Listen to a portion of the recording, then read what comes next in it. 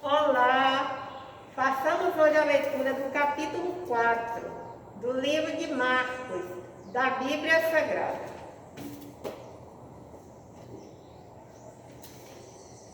A parábola do semeador. Marcos 4:1. E outra vez começou a ensinar junto ao mar, e ajuntou-se a ele grande multidão. De sorte que ele entrou e assentou-se num barco sobre o mar, e toda a multidão estava em terra junto ao mar. Marcos 4:2.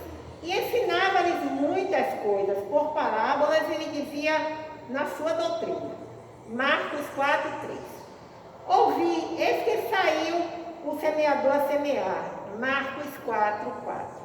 E aconteceu que, semeando ele, uma parte da semente caiu junto ao caminho, e vieram as aves do céu e a comeram.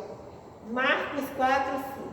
E outra caiu sobre pedregais, onde não havia muita terra, e nasceu logo, porque não tinha terra profunda. Marcos 4:6. Mas saindo o sol, queimou-se, e porque não tinha raiz, secou-se. Marcos 4:7. E outra caiu entre os espinhos, e crescendo os espinhos a sufocaram, e não deu fruto. Marcos 4:8. E outra caiu em boa terra e deu fruto, que vingou e cresceu. E um produziu 30, outro 60 e outro 100. Marcos 4:9. E disse-lhes: quem tem ouvidos para ouvir, que ouça. Marcos 4:10. E quando se achou só, os que estavam junto dele, com os 12, interrogaram acerca da parábola. Marcos 4:11. E ele disse-lhes: a vós é dado saber os mistérios do reino de Deus, mas os que estão de fora, todas essas coisas se dizem por parábolas. Marcos 4:12. Para que vendo vejam e não percebam, e ouvindo ouçam e não entendam, para que se não convertam e lhes sejam perdoados os pecados. Marcos 4:13. E disse-lhes: não percebeis esta parábola? Como, pois, entenderei todas as parábolas? Marcos 4:14. O que semeia, semeia a palavra. Marcos 4:15. E os que estão junto ao caminho são aqueles a quem a palavra é semeada. Mas, tendo eles ouvido, vem logo Satanás e tira a palavra que foi semeada no coração deles.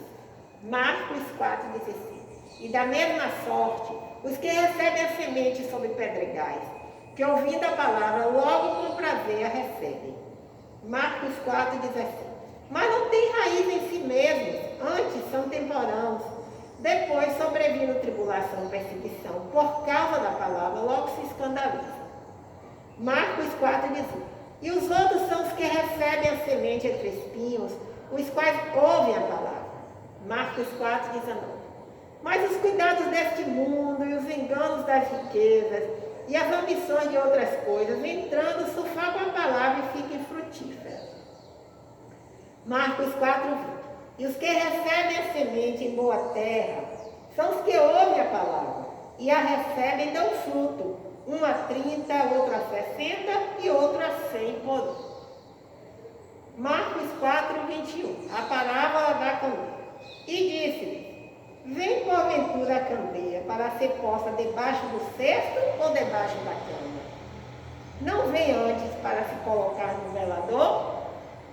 Marcos 4:22. Porque nada há encoberto que não haja de ser manifesto, e nada se faz para ficar oculto, mas para ser descoberto. Marcos 4:23. Se alguém tem ouvidos para ouvir, que ouça. Marcos 4:24. E disse-lhes: atendei ao que ides ouvir. Com a medida com que medirdes, vos medirão a vós e ser-vos ainda acrescentada. Marcos 4:25. Porque ao que tem ser-lhe-á dado, e ao que não tem, até o que tem lhe será tirado. A palavra da semente. E dizia, Marcos 4:26. O reino de Deus é assim como um homem, como se um homem lançasse semente à terra. Marcos 4:26. E dormisse, se levantasse de noite ou de dia, e a semente brotasse e crescesse, não sabendo ele como. Marcos 4, 28. Porque a terra por si mesma frutifica. Primeiro a erva, depois a espiga e por último o grão cheio na espiga. Marcos 4, 29. E quando já o fruto se mostra, mete-lhe logo a foice, porque está chegada a ceifa. A parábola do grão de mostarda. Marcos 4, 30. E dizia: a que assemelharemos o reino de Deus? Ou com que parábola representaremos? Marcos 4, 31. É como um grão de mostarda que, quando se semeia na terra, é a menor de todas as sementes que há na terra. Marcos 4, 32. Mas tendo sido semeado, cresce e faz-se a maior de todas as hortaliças. E cria grandes ramos, de tal maneira que as aves do céu podem aninhar-se debaixo da sua sombra. Marcos 4, 33. E com muitas parábolas tais lhes dirigia a palavra, segundo o que podiam compreender. Marcos 4, 34. E sem parábolas nunca lhes falava, porém tudo declarava em particular aos seus discípulos. Bem, Jesus apazigua a tempestade. Marcos 4, 35. E naquele dia, sendo já tarde, dizia-lhes: passemos para a outra margem. Marcos 4, 35. E eles, deixando a multidão, o levaram consigo, assim como estava no barco, e havia também com ele outros barquinhos. Marcos 4, 36. E levantou-se grande temporal de vento e subiu as ondas por cima do barco, de maneira que já se enchia de água. Marcos 4, 38. E ele estava na polpa dormindo sobre uma almofada, e despertaram-lhe dizendo: Mestre, não te importa que pereçamos? Marcos 4, 32. E ele, despertando, repreendeu o vento e disse ao mar: cala-te, aquieta-te. E o vento se aquietou, e houve grande tempestade. Glória a Deus, aleluia. Marcos 4, 40. E disse: por que sois tão tímidos? Ainda não tendes fé? Marcos 4, 41. E sentiram um grande temor, e diziam uns aos outros: mas quem é esse que até o vento e o mar lhe obedecem? Quem é esse que até o vento e o mar lhe obedecem? Quem é esse? Quem é este que até o vento e o mar lhe obedecem? Eu já falei isso em outro vídeo mais antigo. Eles estavam ali junto de Jesus, mas não conheciam ainda Jesus. Ficavam pensando: quem é este? Quem é este? Quem é este? Quem é este? Esse é Jesus, o único, suficiente, exclusivo, Senhor e Salvador de nossas vidas. Bem, aqui vejamos alguns comentários com relação ao versículo. Nesse capítulo 4 só tem os comentários que falam entre os versículos 3 e 9, não é? Que é justamente a semeadura. É o evangelismo, né? Em outras palavras. Então diz assim: o semeador e a semente são os mesmos em cada um dos exemplos. Somente o solo varia, né? E se comparando com o livro de Mateus. Bem, gente, preste atenção. Nesse capítulo tem algo assim que é muito, muito intrigante, que realmente eu sempre olhei esse fenômeno assim, com muita admiração. Por exemplo, quando as meninas eram pequenininhas, minhas filhas, sempre fazíamos aquela experiência, né, de colocar em um algodãozinho úmido um grãozinho de feijão e observar ele germinar. É uma das coisas mais lindas que existe, né? Como aquele fenômeno acontece, né? Como aquele fenômeno acontece? Repetidamente, espontaneamente. Todas as vezes que você fizer, acontece esse fenômeno. Que coisa interessante, né? Claro que se você olhar nos livros de ciência, como acontece a germinação, ele entra com todas as explicações, né?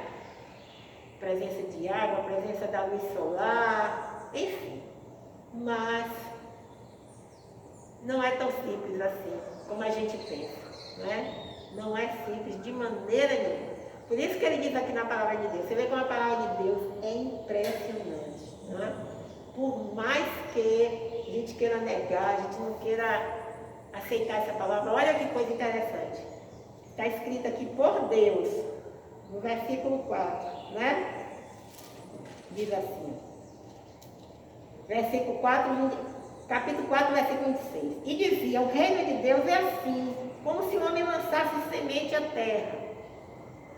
Agora olha o 4, 27.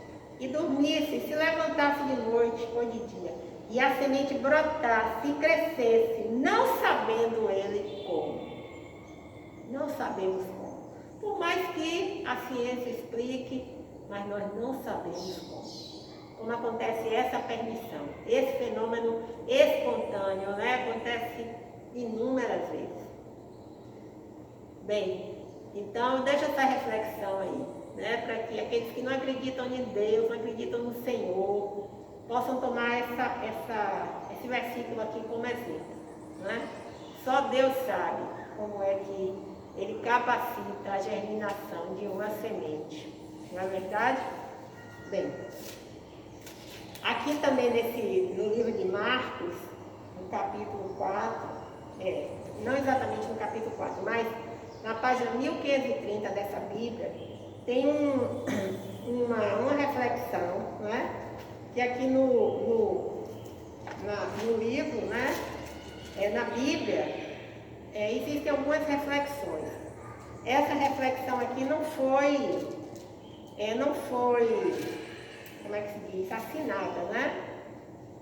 Faz parte da equipe, né? Que realmente produziu a Bíblia. Então diz assim, a filha de Jairo. A afirmação de Jesus de que era o Messias aumentou as expectativas do povo judeu. Eles testemunharam as curas que ele fazia, sua autoridade sobre a natureza e seu poder sobre os demônios. Jairo, um funcionário responsável pelo funcionamento e manutenção da sinagoga, talvez tenha compartilhado do ceticismo dos líderes judeus, mas um dilema pessoal o enviou ao mestre. A filha de 12 anos de idade desse pai, desesperada, estava à beira da morte. Nessa jovem mulher estava a esperança do futuro de sua família judaica. Com súplica verdadeira, Jairo insistentemente rogou a Jesus que viesse e colocasse as suas mãos de cura sobre ela. Com passo urgente, ele guiou o mestre e seus discípulos através da multidão curiosa. De repente, Jesus parou e perguntou, quem tocou nas minhas vestes? Uma mulher extremamente doente e desesperada havia simplesmente tocado a orla de sua veste. Glória a Deus, aleluia. Nós estamos tocando, Senhor, na orla da tua veste. Jairo deve ter estremecido com a interrupção. O tempo era importante para ele. O seu espírito ansioso deve ter se alegrado quando viu o milagroso restabelecimento de uma mulher que havia sofrido tanto tempo quanto sua menininha havia vivido. Mas naquele momento de regozijo, seus próprios servos chegaram com notícias trágicas. Sua filha havia morrido, era tarde demais.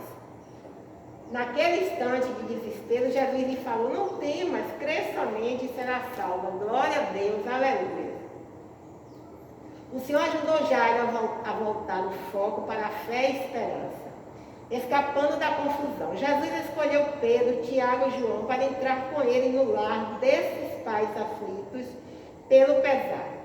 Os enlutados estavam no local e Jesus disse, a menina não está morta, mas dorme.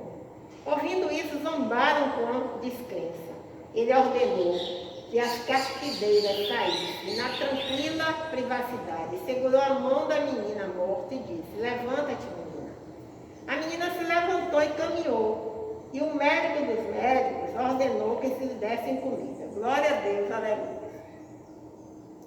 Somente o Salvador pode dar vida a todas as jovens. E ele se preocupa profundamente com elas.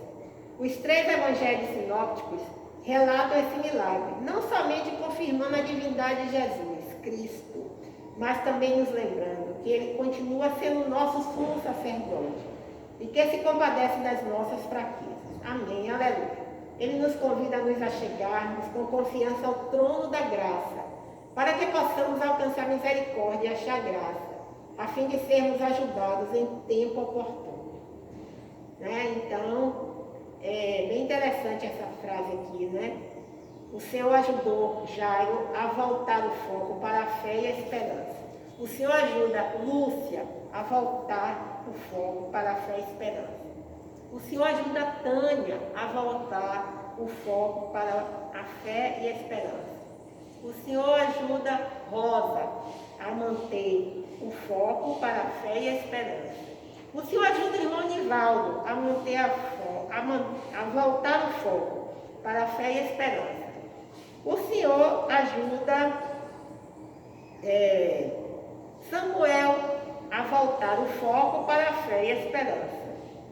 O Senhor ajuda Alex a manter o foco para a fé e a esperança. O Senhor ajuda Kaique a manter o foco para a fé e a esperança. O Senhor ajuda você, meu irmão, que está me escutando. O Senhor ajuda você, minha irmã, que está me escutando, a voltar o foco para a fé e a esperança. Muito obrigada por me escutar. Encerramos hoje o capítulo 4 do livro de Marcos, da Bíblia Sagrada. Meu nome é Lúcia Marques, meu canal, a leitura da Bíblia. Até o próximo encontro, se o Senhor Deus assim o permitir.